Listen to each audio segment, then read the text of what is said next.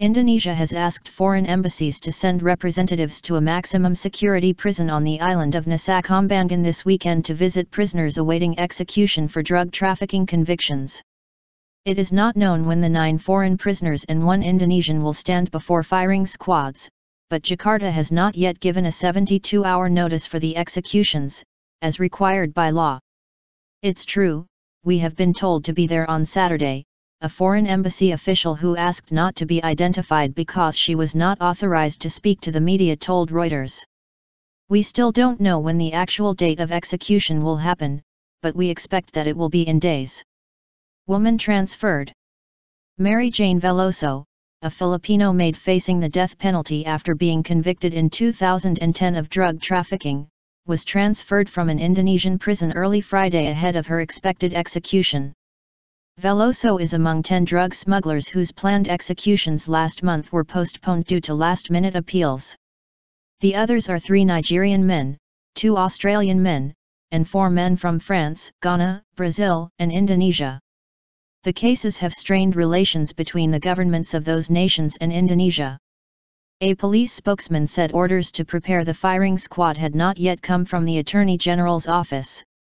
Indonesia's Supreme Court this week rejected the final appeals of a French prisoner and another from Ghana, according to media reports. Appeals to Indonesia.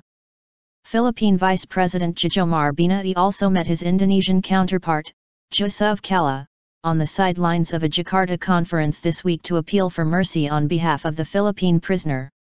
He was expected to make a final plea to President Joko Widodo at a ceremony Friday.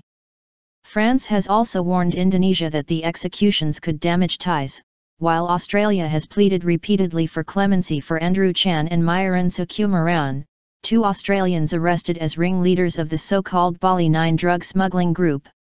On Thursday, France accused Indonesia of serious dysfunction in its legal system that led to Frenchman Serge Atlaoui being sentenced to death, and said his execution would be incomprehensible. A lawyer for the 2 Australians said a letter of instruction had been sent from the office of the Indonesian Attorney General to those responsible for carrying out the executions. He said it would be a travesty if they were executed while legal avenues were still being pursued. "These developments are very concerning," the Melbourne-based lawyer, Michael O'Connell, told Reuters. "In effect, this letter of instruction is a step towards the execution of the 10 people, in the near future," he said. International reaction.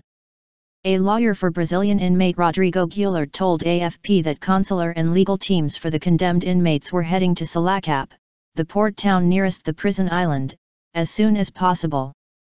The members of the Bali 9 were arrested at the main airport on the holiday island of Bali for trying to smuggle 8 kilograms, 18 pounds, of heroin to Australia. The 7 other members of the gang, all Australians, have been jailed in Indonesia. Drug laws in Indonesia are among the world's toughest, and President Joko Widodo, who took office in October, said the country is facing a narcotics emergency that requires the ultimate sanction for convicts. Jakarta resumed executions in 2013 after a 5-year gap. 6 executions have been carried out so far this year.